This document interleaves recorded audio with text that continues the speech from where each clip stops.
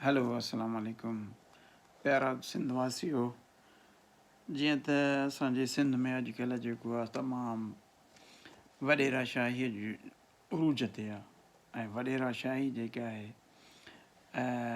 जेकी क़त्लनि जा फ़ैसिला बि उहा शुरू करे ॾिना अथई।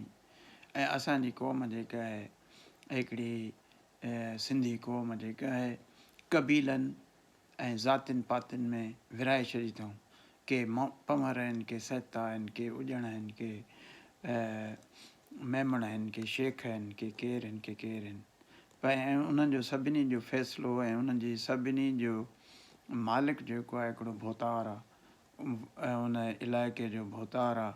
उन भोतार जे जेको आहे सो हथ वस आहे ऐं उहो भोतार ई कंहिंखे जेको आहे सो असांजे मासूम नियाणियुनि खे उहो जेको आहे सो कारो करार थो ॾिए।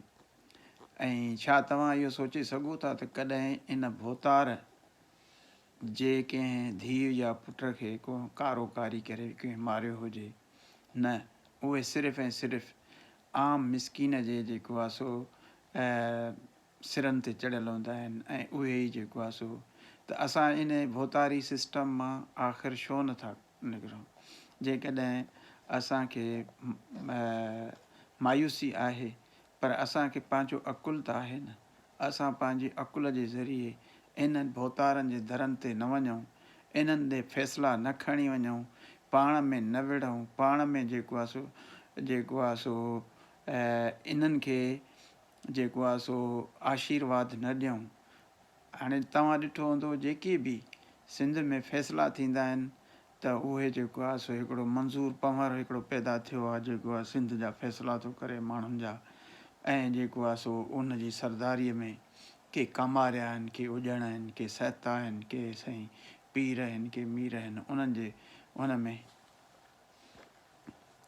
ऐं उहे जेके आहिनि से जेके ताज़ो जेको आहे ॾिसो त असांजे उॼण बिरादरीअ जो जेको आहे नेक मोहम्मद जेको मारियो वियो हो उनजो जेको 25 लख रुपया ॾंढ जेको आहे सो थियो। उहो उनजो पुटु जेको आहे माज़ूर आहे ऐं उहो रेड़ियूं पाए हलंदो थो रहे पर उनजे पुट खे कुझु न ॾिनो वियो आहे।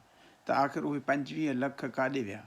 अहिड़ीअ तरह सां ई सिंध जो ग़रीब अवाम पीसिजी वियो आहे ऐं सिंध जी सियासत जेका आहे वॾेरे जे हथ में अची वई आहे।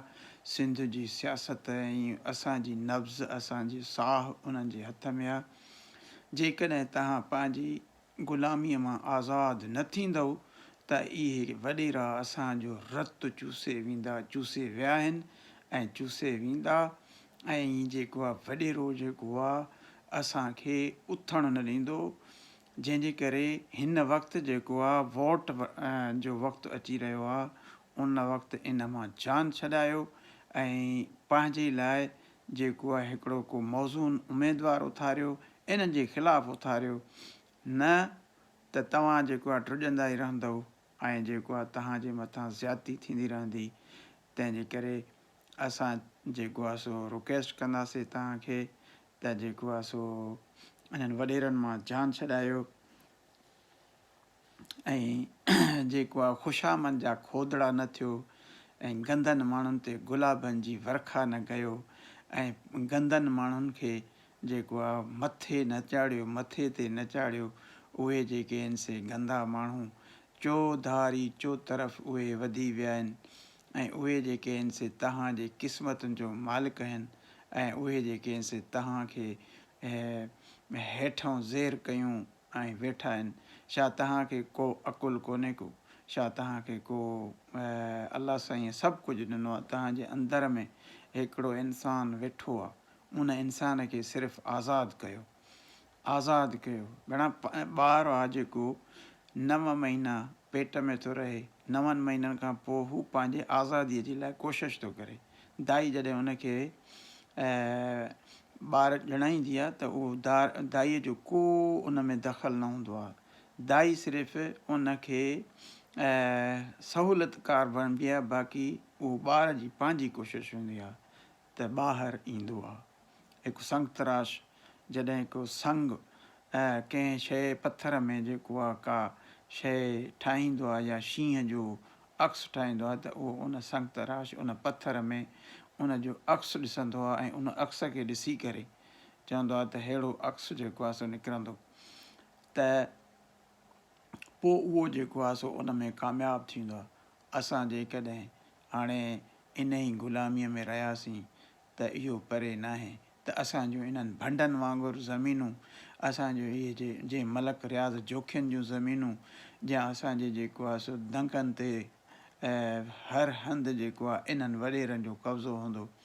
तव्हां अख़बार खणी ॾिसो, तव्हां ख़बरूं ॿुधो, जिते बि सिंध में ॾिसो त पीपल्स पार्टीअ जो वॾेरो ग़रीब कोलियुनि खे, ग़रीब मालियुनि खे, ग़रीब भंडनि खे उन्हनि जे चौधारी जेको आहे सो ज़ुल्म जी इंतिहा लॻी पई आहे।